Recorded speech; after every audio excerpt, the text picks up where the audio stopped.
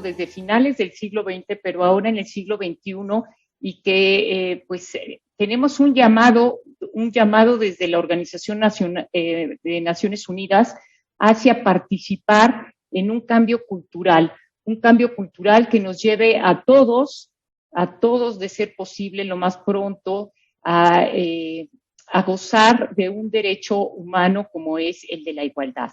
Entonces, esta charla, plática, conversatorio, la he titulado Imagen empresarial sensible al género, y yo he desarrollado a partir de ese título, obviamente lo que de manera coherente integra lo que engloba este título. Entonces, bueno, pues vamos a iniciar con la presentación, con este apoyo visual, y yo les voy a ir conversando, platicando acerca de este tema. Para encuadrarnos, primeramente, el propósito es identificar temas fundamentales para la gestión de la reputación empresarial positiva. La reputación empresarial hoy en día se considera un intangible estratégico. Es intangible porque es cualitativo, sin embargo, sí se logra medir, cuantificar en ciertas variables que por el tiempo no podemos profundizar en ellas, pero que esas variables forman parte ya de la visión estratégica de una organización. Una organización que puede ser privada, que puede ser pública, una organización que puede ser sin fines de lucro. Para toda organización, su reputación, la gestión de la reputación, que es una acción totalmente intencional y que tiene un sentido y una estructura estratégica de comunicación, es parte de unir estos puntos de diferentes especialidades que yo he logrado reunir en mi currículum. Y a partir de ello es cómo relacionar esta parte tan importante que les comentaba hace unos minutos, que tiene que ver con la igualdad de género, en la igualdad entre hombres y mujeres en el lugar de trabajo, en las empresas. Y de ahí, pues vamos a desarrollar un orden que es el siguiente. Primero, pues vamos a partir de un marco de referencia, que es el Objetivo 5 de Desarrollo Sostenible, el ODS 5, de la Agenda 2030 de Naciones Unidas. Después vamos a mencionar los compromisos de México, que México ha firmado y ha ratificado, y en particular del sector privado. Esto es muy importante porque pareciera o generalmente las empresas creen que ellas no tienen responsabilidad en estos temas, que es únicamente una responsabilidad de los gobiernos, una responsabilidad de las instituciones públicas, como en nuestro país podríamos hablar de INMujeres, o a nivel internacional de ONU Mujeres. Sin embargo, la Organización Nacional, la ONU, la Organización de Naciones Unidas, considera uno de los actores principales para este cambio y para lograr los objetivos de desarrollo sostenible de la Agenda 2030, considera a las empresas, a la iniciativa privada, como uno de los principales actores, y que lo invita y que requiere de su participación para lo que se plantea lograr, ¿no? Bueno, a partir de ello nos vamos hacia preguntarnos y responder, o sea, hacer el planteamiento, pero responder qué es una empresa sensible al género, qué características tendría una empresa sensible al género. Después vamos a pasar a mencionar la violencia y las prácticas discriminatorias contra las mujeres en el lugar de trabajo. Vamos a mencionar, por supuesto, el acoso y hostigamiento sexual, entre otras, pero bueno, pues la principal es la violencia sexual en el lugar de trabajo. Los instrumentos de certificación en igualdad laboral, en el caso de nuestro país, la norma mexicana en igualdad laboral. Y cerramos con la parte estratégica, la visión estratégica de las organizaciones, que a partir de su manual de fundamentos o ADN empresarial, que se plasma tanto en la visión, que es la visión estratégica y que incluye, por supuesto, la misión y los valores, en particular los valores éticos de la organización, que dictan las acciones con base en las cuales se va a formar una cultura organizacional positiva, no solo a la igualdad de género, sino positiva precisamente hacia la visión estratégica. Vamos a hablar cómo es imprescindible tener hoy en día, contar con un código de ética organizacional que incluya la perspectiva de género en el mismo para el desarrollo de sus contenidos, y vamos a mencionar la responsabilidad social empresarial y, por supuesto, con una combinación, con una relación hacia el género.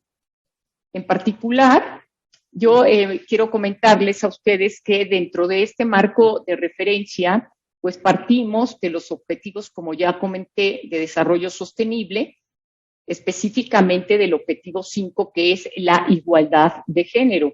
Sin embargo, pues hoy en día se manejan, y las especialistas en estos temas de política pública manejan, por supuesto, que el género es, digamos, un concepto transversal prácticamente en cada uno de estos objetivos, de estos 17 objetivos de desarrollo sostenible de la Agenda 2030.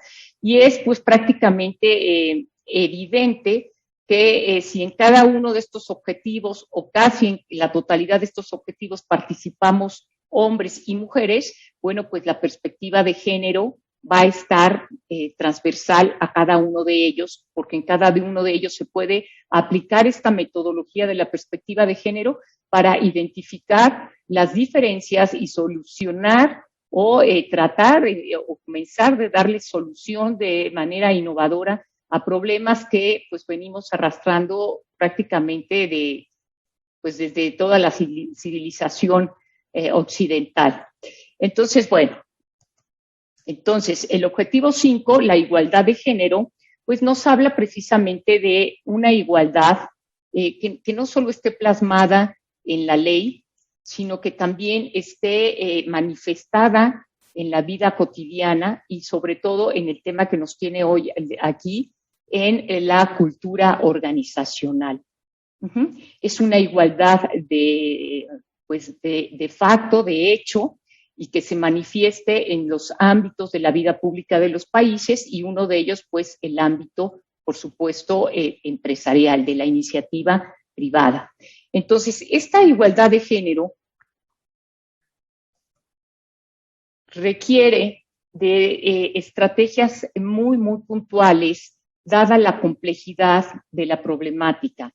Y esta complejidad de la problemática que ya se ha identificado a través de precisamente aplicar la perspectiva de género, es precisamente la identificación de estereotipos y roles de género que impiden que las mujeres tengan la igualdad de oportunidades al acceso, a los resultados, por supuesto, y a las oportunidades dentro del área, en este caso en específico, repito, el laboral, empresarial.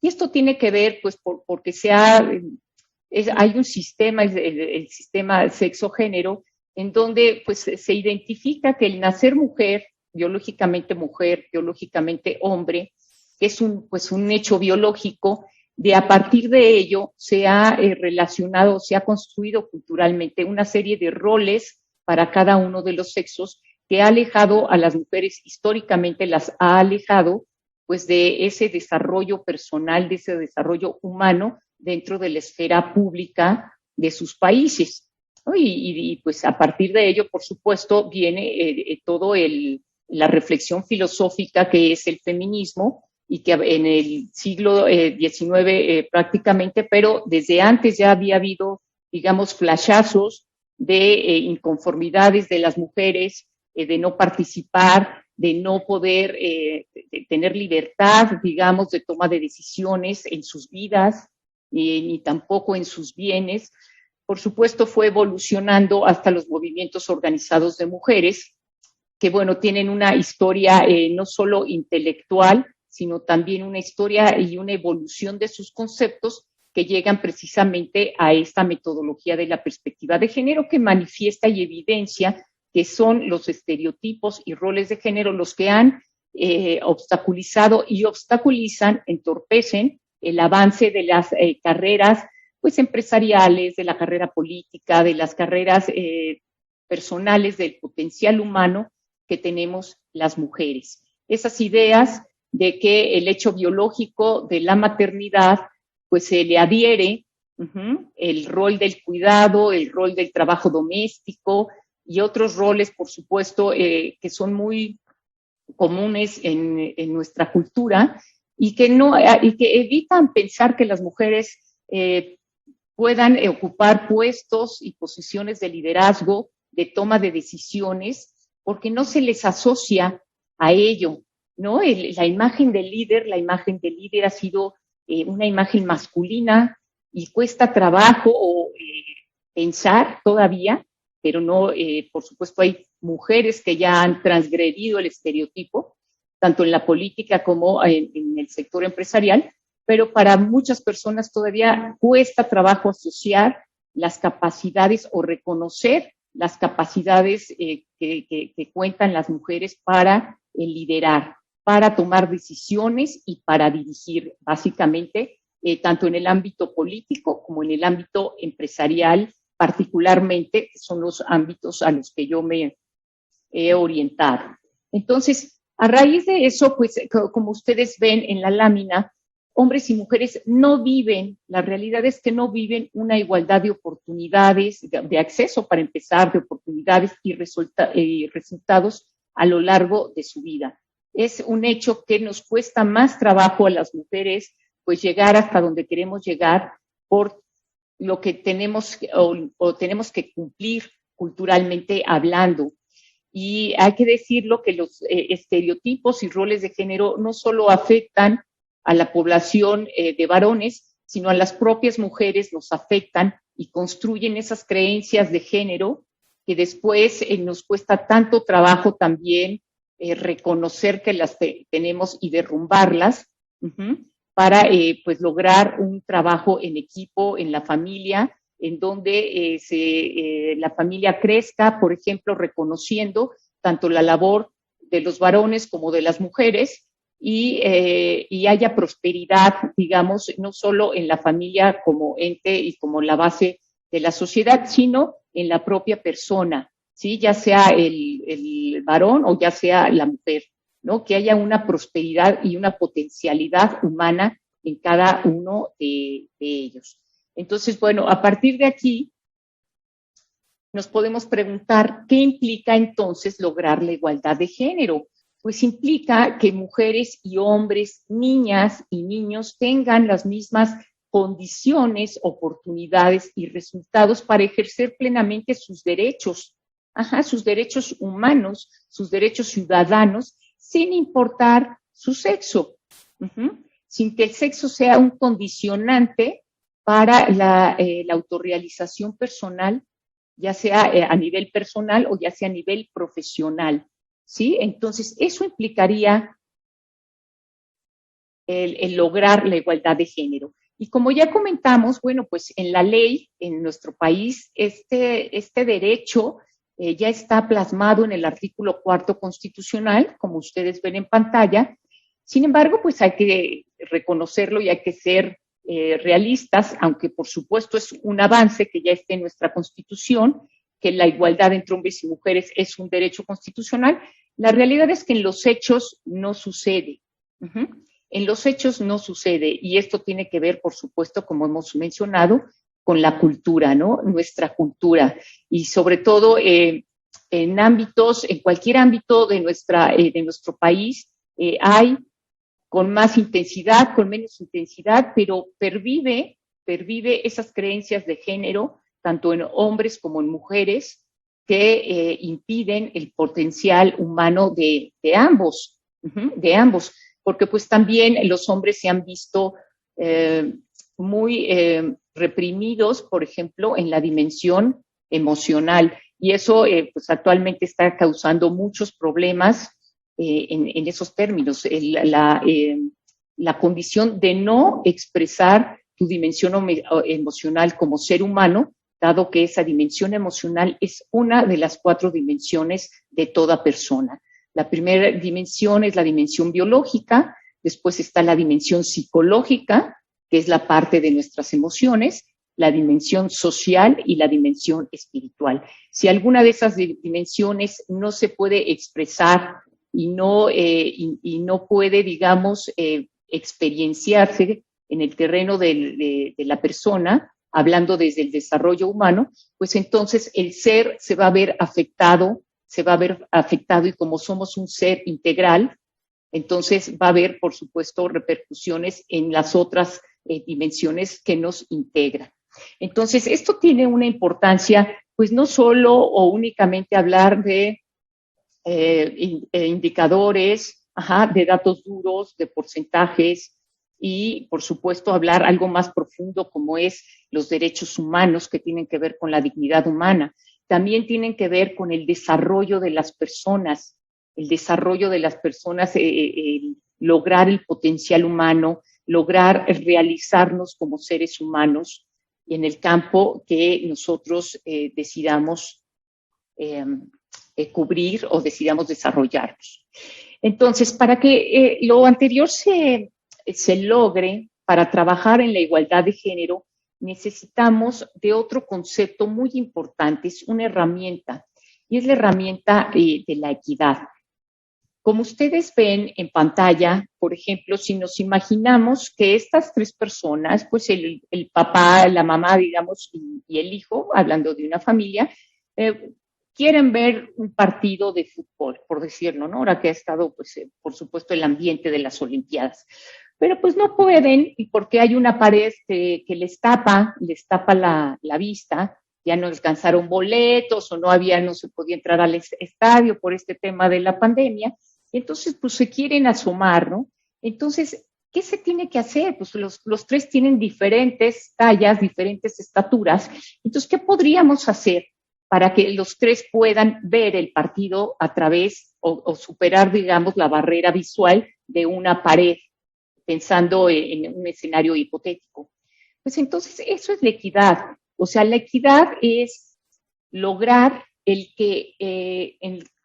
considerando las diferencias que hay, las necesidades que hay, centradas en la persona, centradas en la persona, en cada una de las personas que tienen diferencias y tienen similitudes, por supuesto, pero adaptar, digamos, que el traje a la medida a cada uno. De tal manera que pues, el más alto, por ejemplo, si hablamos de la característica de la talla, necesita un banco y después la esposa, la mamá necesita otro tamaño del banco para ver. Y el más pequeño, porque tiene menor estatura, pues necesita todavía un banco más grande. O sea, son diferentes necesidades que se cubren con diferentes tamaños también de banco, pero que logran que los tres vean o logren ver el partido de fútbol.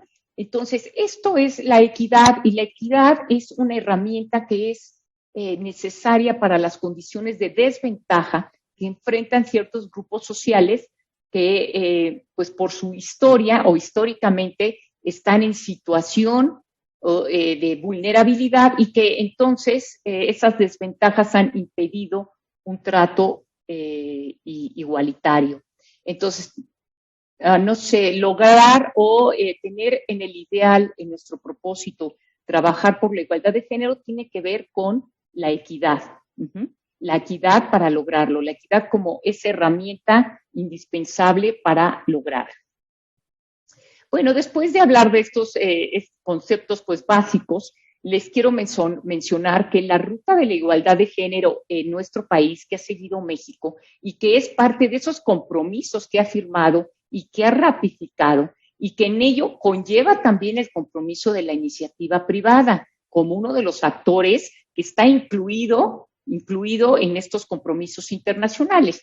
Empezamos, por ejemplo, desde 1979 con la CEDAW, ¿no? Que básicamente define esta convención contra todas las formas de discriminación contra las mujeres, básicamente define lo que es la discriminación contra la mujer. Y también establece, como ustedes pueden ver en pantalla, la indivisibilidad de los derechos humanos de las mujeres, y también establece las bases para el cambio cultural.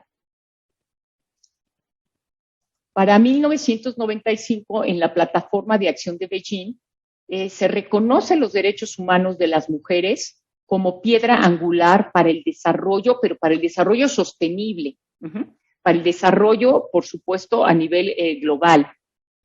También la perspectiva de género, esta metodología que ya mencioné hace unos minutos, pues se establece como la estrategia precisamente para identificar esas desventajas en cualquier rubro de la vida, ya sea privada o de la vida pública de los países, y que identificar para el diseño de políticas públicas con perspectiva de género que, por supuesto, aborde esas problemáticas. Y por último, que ya lo mencionamos desde un inicio, la Agenda 2030 de los Objetivos de Desarrollo Sostenible de Naciones Unidas, que parten, digamos, de los objetivos de desarrollo que se habían establecido para 2015, pero pues que no se lograron, y se vuelve a hacer un compromiso que es totalmente aspiracional hacia un mundo que se viva en desarrollo, por supuesto, que se logre el desarrollo, pero que también que se logre la paz, ¿sí? Entonces, sitúa la igualdad de género al centro, precisamente al centro del desarrollo sostenible, como un requisito, un resultado y un acelerador del mismo. De estos tres organismos, de estas tres instancias, de esta ruta que ha seguido la igualdad en nuestro país, la igualdad entre hombres y mujeres, bueno, se han desprendido tres conceptos básicos. El concepto de discriminación, el concepto de igualdad y el concepto de empoderamiento. Esto tiene que ver precisamente con lo que hemos hablado o deviene de lo anteriormente citado, ¿no? Entonces, la discriminación se considera, palabras más, palabras menos, cualquier tipo de distinción, exclusión o restricción cometidos con el propósito expreso o que resulta en una acción, un comportamiento o actitud, ¿sí?, de discriminar, ¿sí?, de no considerar parte de. El concepto de igualdad, que como ya mencionamos, es un concepto que habla de igualdad de trato, de acceso a las oportunidades y de resultados entre mujeres y hombres en todas las esferas del desarrollo de los países. Y el concepto de empoderamiento, que es una palabra que a veces se ha ya incluso banalizado, desafortunadamente, pero que es un concepto muy importante porque es un proceso individual o también puede ser colectivo, mediante el cual un grupo que históricamente ha sido está situado en una condición de vulnerabilidad, bueno, se potencian como seres humanos para incrementar su participación en las esferas de toma de decisión, ¿sí?, de los problemas que les atañen, de los problemas que les interesan. Entonces, es muy importante porque las mujeres, a través de este proceso de potenciación personal, por supuesto, en las esferas en que les interese, comienzan a tomar decisiones de sus propias vidas. Y no solo de sus propias vidas, sino de los problemas que les atañen. Porque, pues, históricamente, el Estado dirigido únicamente por varones, pues ha tenido únicamente, es como si fuera, no sé, yo me imagino como un cíclope, únicamente un ojo para ver todo lo que sucede en la vida de las personas. Y había hecho falta el otro ojo, la otra mirada, la otra perspectiva de más de la mitad de la población del mundo para decir, pues, como nosotros vemos las cosas, como nosotros sentimos las cosas, como nosotras experimentamos y pensamos las cosas que nos suceden, tenemos que expresarlo y tomar decisiones de nuestras propias problemáticas. Entonces, bueno, continuando, no me quiero comer todo el tiempo, pues ya si nos vamos trasladando y aterrizando al mundo empresarial, pues también a nivel internacional hay ya, por supuesto, orientado y coordinado por Naciones Unidas, lo que se llama el Global Compact, que tiene el propósito de transformar al mundo a través del sector empresarial. Ya en concreto, está coordinado por Naciones Unidas y tiene muy claro su objetivo, como ustedes pueden ver, que es establecer y alcanzar objetivos empresariales ambiciosos que incluyan la representación y el liderazgo de las mujeres. Y tiene varios capítulos, en todo el mundo está el capítulo México, y hay más de 800 empresas mexicanas ya que están registradas y que participan y están comprometidas con acciones del Global Compact orientadas precisamente a la igualdad, y que reconocen el talento de las mujeres, y no solo lo reconocen, sino que reportan esos logros y esa manera en que las empresas se han fortalecido al seguir 10 principios que devienen, que resultan de este compromiso mundial del Global Compact, y que uno de ellos es que se actúa desde lo local, cada empresa actúa desde lo local para tener un impacto global.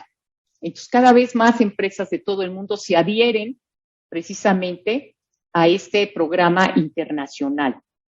Ahora, a nivel de las empresas, lo que se ha observado es que si se trabaja, si se interviene en la cultura organizacional desde una perspectiva de género, entonces se observa que el sector privado posee un gran potencial precisamente para dar respuesta a la desigualdad, porque la empresa, si la pensamos como un agente social responsable, desde la visión de la ética empresarial, entonces se convierte en un actor muy potente para el cambio cultural. Si se logra cambiar la cultura organizacional, por supuesto tiene o permea en la cultura familiar, ¿sí? Entonces es un detonador, es un catalizador del cambio, lo que se pretende que las empresas tengan esa pues, responsabilidad, y yo agregaría corresponsabilidad en esto, ¿no? En lo que se busca.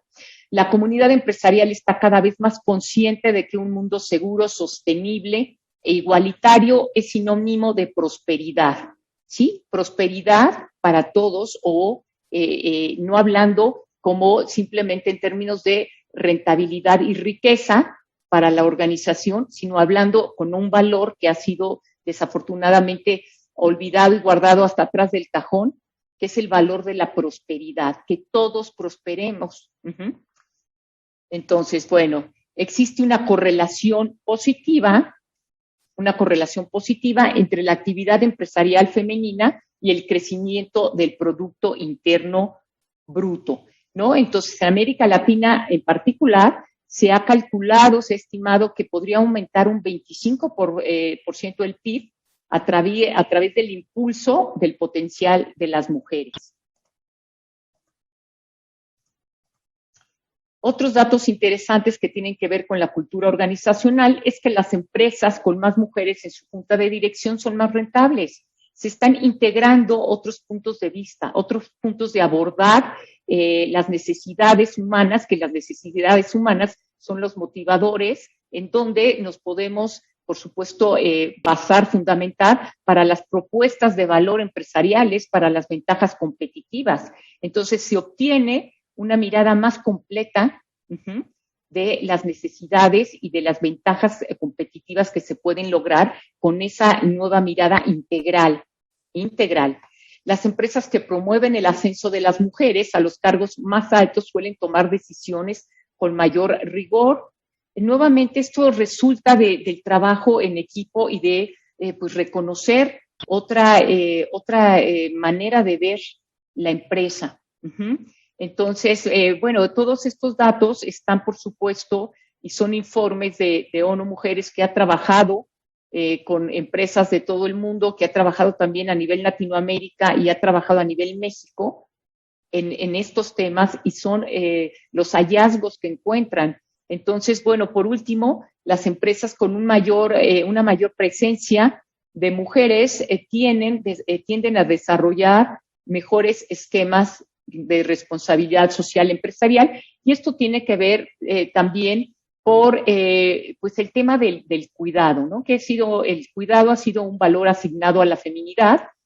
Sin embargo, cuando las mujeres están liderando, por el motivo y el argumento que podríamos debatir en cualquier plática, las mujeres tienden, y también esto sucede en política, tienden a pensar de una manera más de 180 grados, más, digamos, de relaciones, más sistémica, ¿sí? No nada más causa y efecto, que es simplemente el pensamiento lógico racional, sino, o pensamiento crítico, sino un pensamiento más sistémico, porque alcanzan a identificar las relaciones de varias problemáticas, y las soluciones que se proponen también tienden a ser considerando que no empeoren otras problemáticas o que el impacto hacia otras problemáticas no sea negativo. Y esto es un pensamiento sistémico, totalmente un pensamiento sistémico, y que tiene que ver también pues con ese valor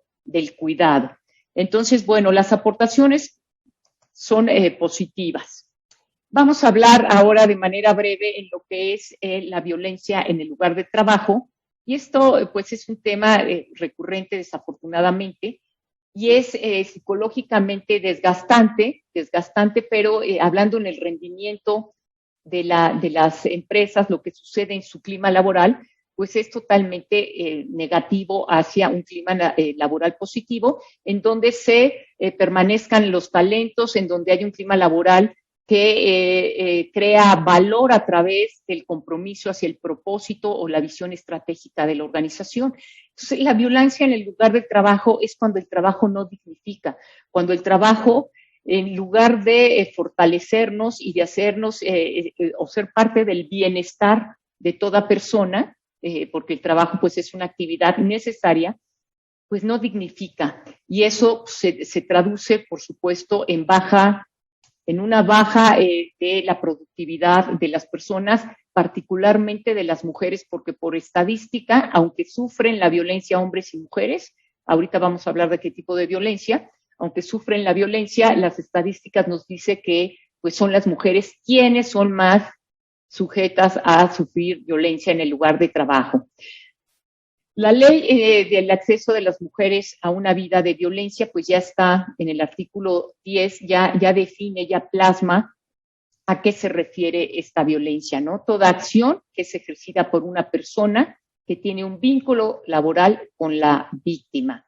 Y una particularidad es que abusa de su poder, ¿sí? Y las consecuencias es que, bueno, pues daña la autoestima de la persona, la salud emocional, su integridad, libertad, seguridad, e impide el desarrollo y sobre todo atenta también contra la igualdad.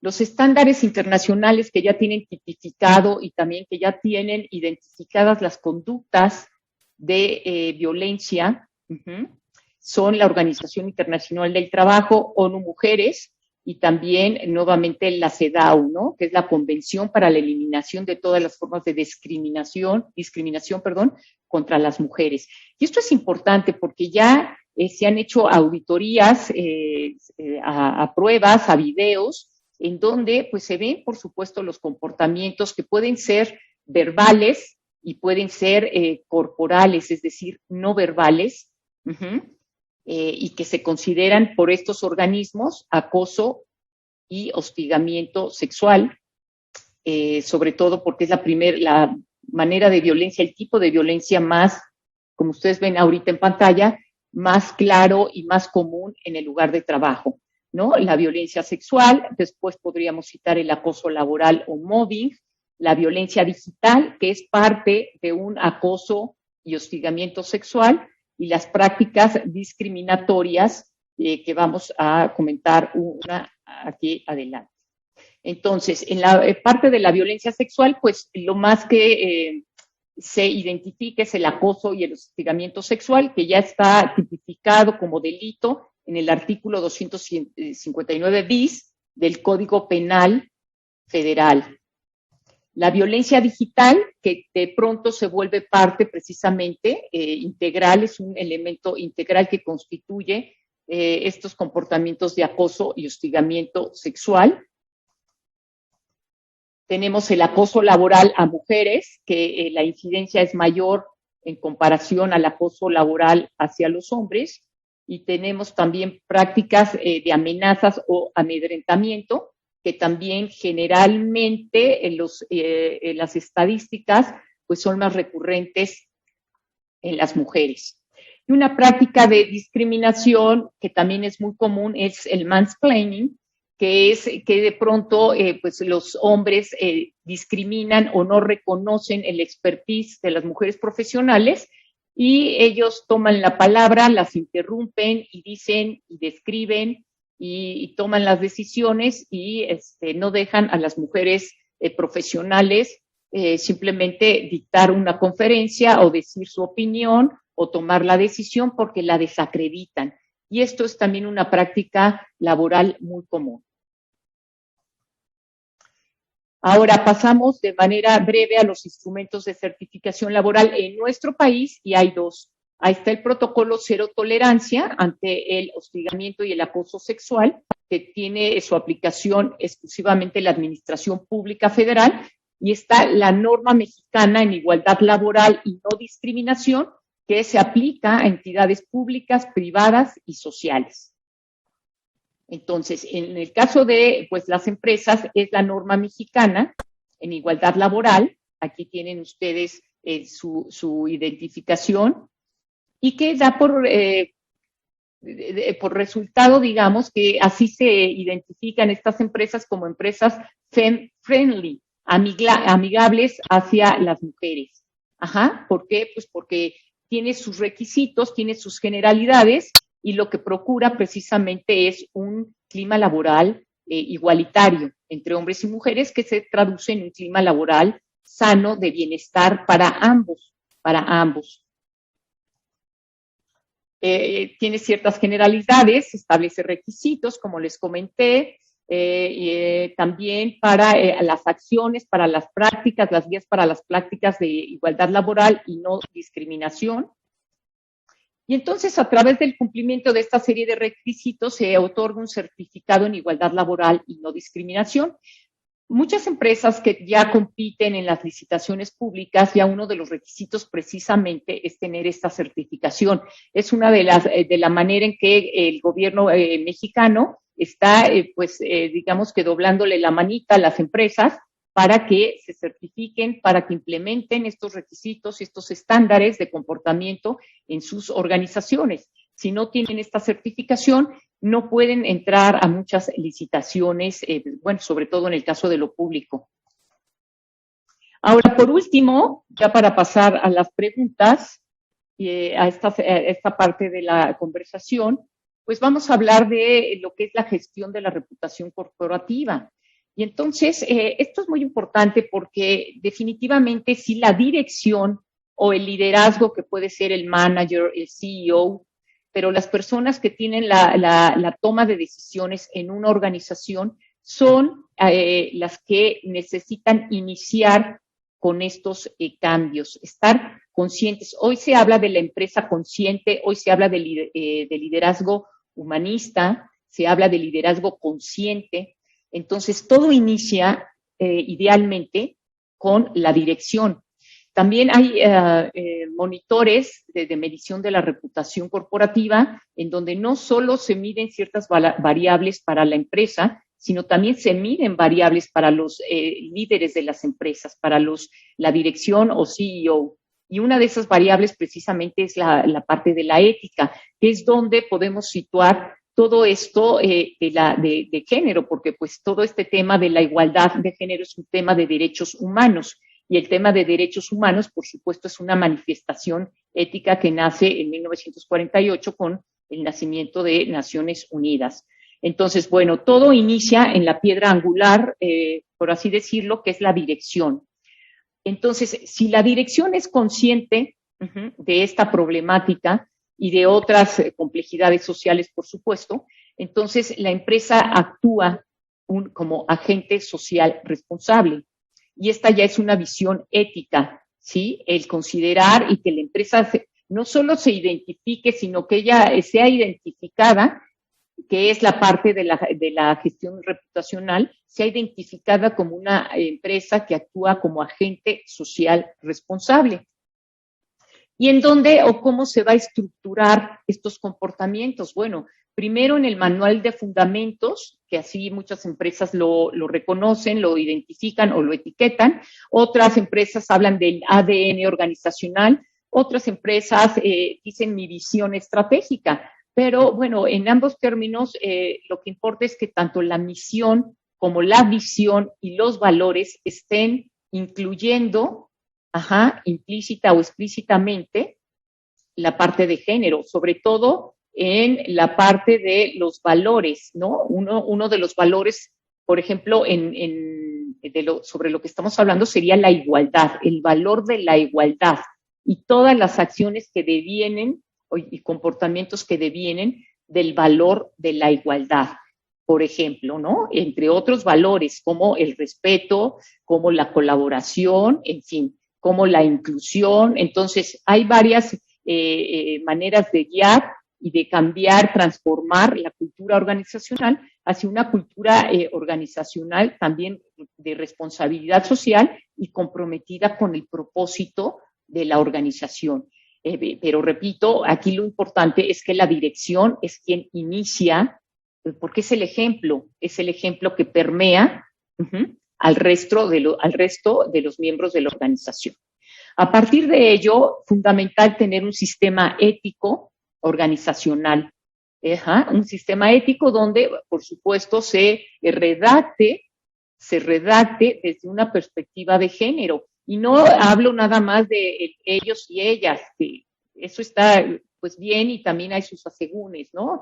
El que ahora también se habla de un ellos, en fin, eso sería tema de otra conversación y ya también que tiene sus lineamientos muy particulares, pero aquí lo importante son los comportamientos, las acciones, que si están reforzando o no están reforzando los estereotipos o los están trascendiendo, que sería lo ideal, ¿no? Trascender los estereotipos y vivir en una igualdad laboral en donde los talentos estén a todo lo que dan para aportar a la visión estratégica, al diseño de estrategias y a la innovación.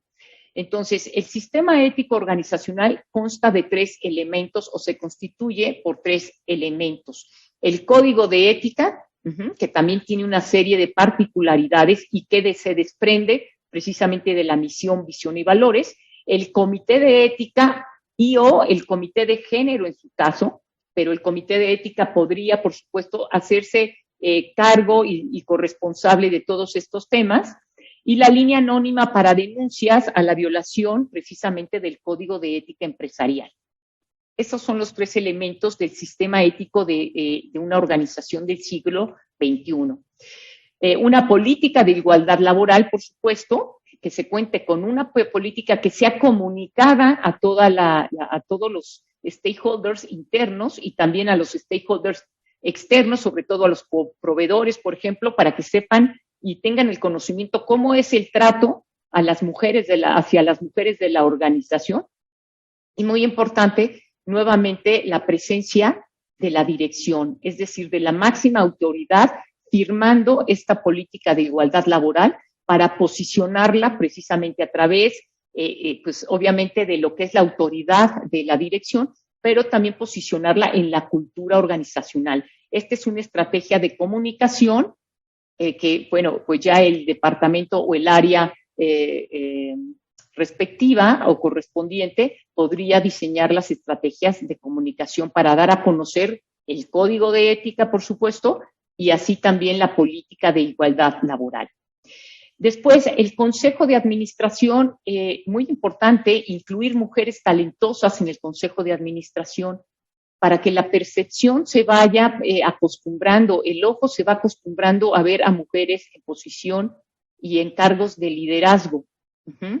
Entonces, esto también es muy valioso y muy necesario para formar cultura, para construir otro intercambio simbólico, hablando de la cultura organizacional, ¿no? Otros símbolos, construir otros símbolos más apegados a lo que hoy estamos viviendo en el siglo XXI y a lo que hoy necesita este contexto que estamos viviendo. Aplicar el principio de imparcialidad, muy importante, ¿no? Para los casos de violación al código de ética, ¿sí? Porque pues no porque estemos, por ejemplo, en diciembre y sea que estamos haciendo las cuentas finales del año, los reportes, en fin, la contabilidad, pues resulta que, bueno, pues te perdonamos porque pues ahorita te necesitamos. No, el principio de imparcialidad es un principio totalmente ético y se necesita aplicar a toda jerarquía que viole el código de ética, ya sea por jerarquía o ya sea porque pues necesitamos la colaboración de alguien en esos momentos y nos hacemos de la vista gorda, porque si no, pues no va a funcionar. Uh-huh.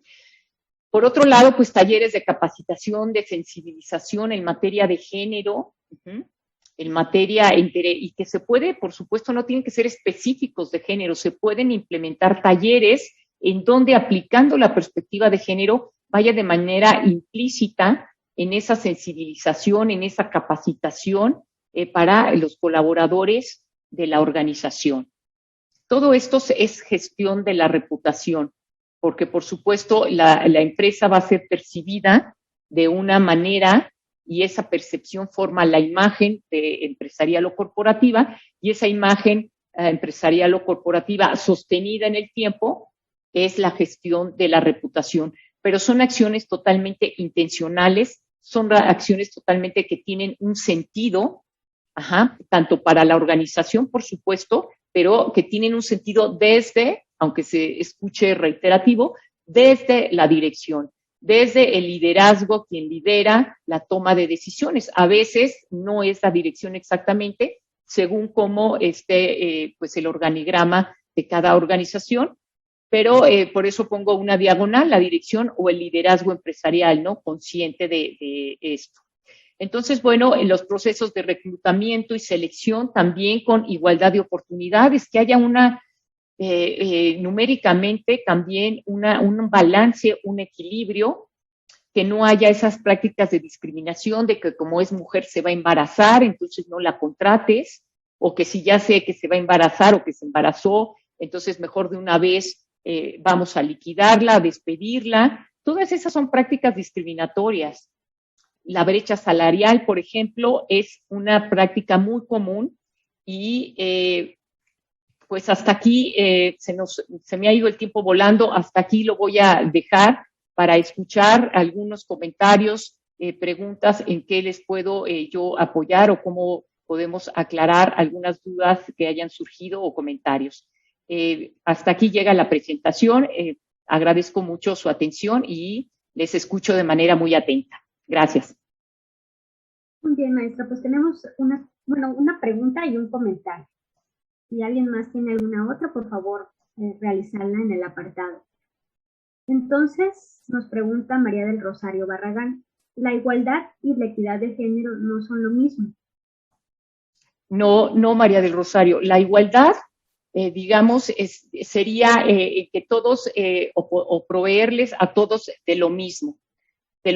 Sin embargo, como comenté, las personas tienen necesidades diferentes y hablando de las mujeres en particular, esas necesidades y que las han colocado en situación de vulnerabilidad son muy específicas en las mujeres y en las niñas. Entonces, por eso las niñas y las mujeres en muchos ámbitos requieren de algo muy específico y muy particular para llegar a la igualdad, precisamente que la igualdad se observa sobre todo en el acceso a las oportunidades y en los resultados de las oportunidades. Entonces son conceptos diferentes, pero que están, por supuesto, relacionados. La equidad es una herramienta y la igualdad, digamos que es una situación, pero que también es un valor ético que tiene que ver con pues que todas las personas tenemos la misma dignidad humana y somos iguales y debiéramos ser tratados de la misma manera, el mismo trato. Muy bien, y René nos hizo un comentario. Hay empresas privadas que son muy estrictas en cuanto al código de ética, que no toleran faltas a las mismas. Algunos colaboradores pueden perder su empleo si se demuestra que incurrieron en algún tipo de violencia hacia las mujeres. Así es, tienes toda la razón, porque en un código de ética bien elaborado, por supuesto viene una normatividad, pero también vienen sanciones. Entonces, desde lo ideal, por eso es cómo comunicar el código de ética y que cada miembro de la organización firme el código de ética, no solo de recibido, sino de que ya lo leyó. Entonces, como se dice coloquialmente, ¿no? Sobre aviso no hay engaño. Entonces, si precisamente, si ya supuestamente se leyó, se firmó de que está aceptado, etcétera, etcétera, y se incurre en esa violación, bueno, pues hay que aplicar la sanción tal y como está especificado. O sea que tienes toda la razón en tu comentario. Muy bien. Pues no tenemos más preguntas, Mariluz. Yo solamente tengo una inquietud, digo, aprovechando el tema de las preguntas. ¿Esta certificación de la cual nos platicaste hoy es obligatoria o sigue siendo opcional en las organizaciones? Ok, pues es, digamos, explícitamente no es obligatoria, pero implícitamente está comenzando a ser obligatoria, sobre todo para empresas que son proveedoras de instituciones públicas, ¿no? Se está solicitando precisamente ese, como uno de los requisitos, esa certificación en igualdad laboral, que también incluye, por supuesto, el código de ética y que el código de ética incluya la parte de género de los comportamientos éticos hacia la igualdad entre hombres y mujeres. Muy bien, nos pusieron dos más. Patricia Eugenia García Naranjo. ¿Qué tanta aceptación tiene dentro de las organizaciones la política de igualdad de género? Mira, Patricia, lo que sucede es que las empresas tienen una idea, o sea, ha estigmatizado la palabra responsabilidad, ¿no? Tú escuchas responsabilidad y, ay, como que algo te pesa ya en la espalda, ¿no? Digo, ay, ¿de qué me van a hacer responsable? Y las empresas lo han traducido a que eso me va a costar dinero. No lo ven como una inversión, sino lo ven como un gasto. Entonces, les cuesta trabajo porque desde la misma dirección, pues generalmente no hay esta cultura de género, no hay una cultura de la igualdad. Entonces les cuesta trabajo, como a todos nos puede costar el trabajo un cambio cultural, porque si no es, hay resistencias al cambio, tanto al proceso como al resultado del cambio, hay resistencias. Entonces es trabajar precisamente desde esa parte, sí se requiere un proceso, un trabajo, una sensibilización, pero bueno, al final también estas políticas, por ejemplo, también están siendo requisitos para la gestión de tu reputación, porque también para otras licitaciones que no necesariamente tengan que ver con instituciones gubernamentales o ser proveedor del gobierno, también ya a nivel internacional ya no te ves tan bien si eres una empresa que no tenga la parte de género cubierta en el papelito y en los hechos. Ok, Jorge Morán, actualmente, ¿cómo es la situación empresarial en México en relación a otras regiones del mundo, en relación a la perspectiva de género?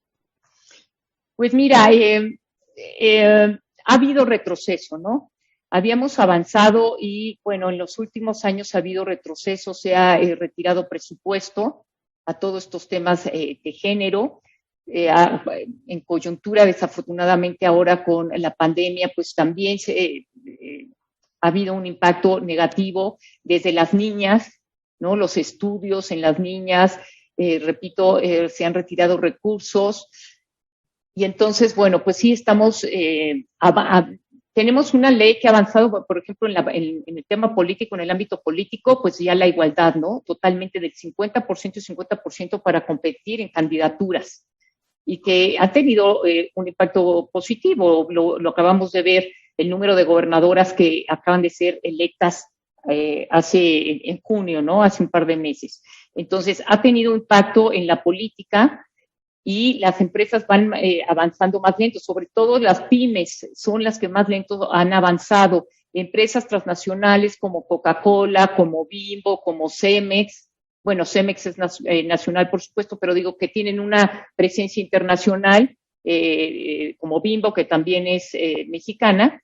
Por supuesto, la responsabilidad social empresarial que incluye el tema económico, el tema social, la esfera social y la esfera climática, ecológica, por supuesto, tienen estas prácticas de género. Sin embargo, la mayoría de pymes, pequeñas y medianas empresas, pues no tiene ni siquiera el código de ética, la mayoría no hace un diseño de visión estratégica a partir de la declaración de su misión, de su visión y de los valores, no elabora un código ético, entonces no hay una cultura tampoco de la estrategia en muchas, o en la mayoría de empresas pymes en México, ¿no? Obviamente no todas, no puedo generalizar, pero sí todavía estamos en esa parte, pues, atrás.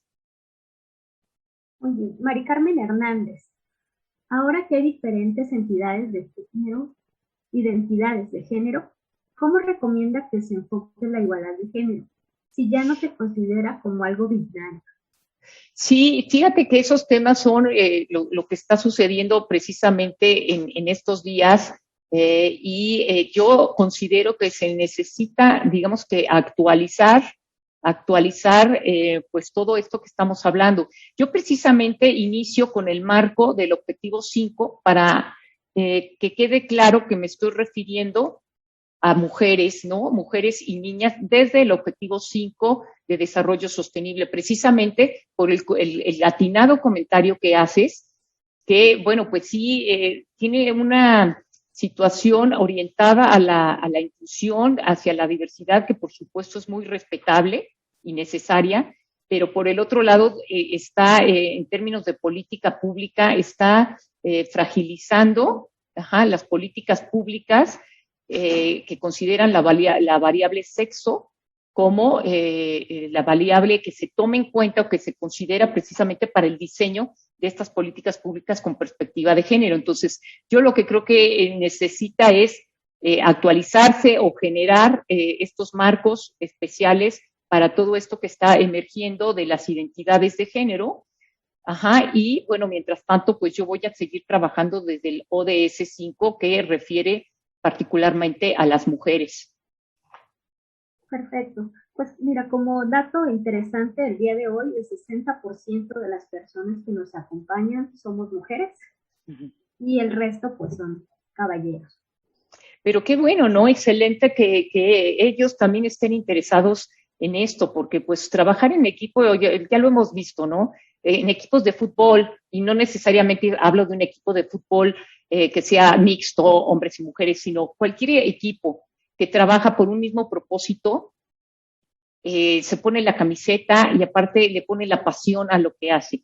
Entonces no es que digas, yo soy defensor o yo soy el portero únicamente, o sea, lo vemos y ya con esto termino, pero a mí me queda claro cuando ves partidos así del Mundial de Fútbol, no sé, ves a Alemania, por ejemplo, que va perdiendo y de repente el portero se sale de la portería y se sube, ¿no? Se sube para tratar de meter un gol.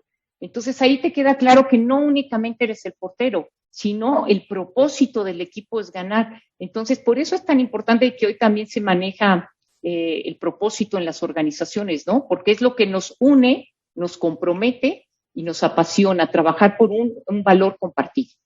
Muchas gracias. Nos comenta Luis Gabriel en el chat. Totalmente de acuerdo, la igualdad la hacemos todos, no importa el género. Así es. Pues muchísimas gracias, Mariluz. Un gusto. Gracias por haber compartido conocimiento con nosotros. Es importante comentarte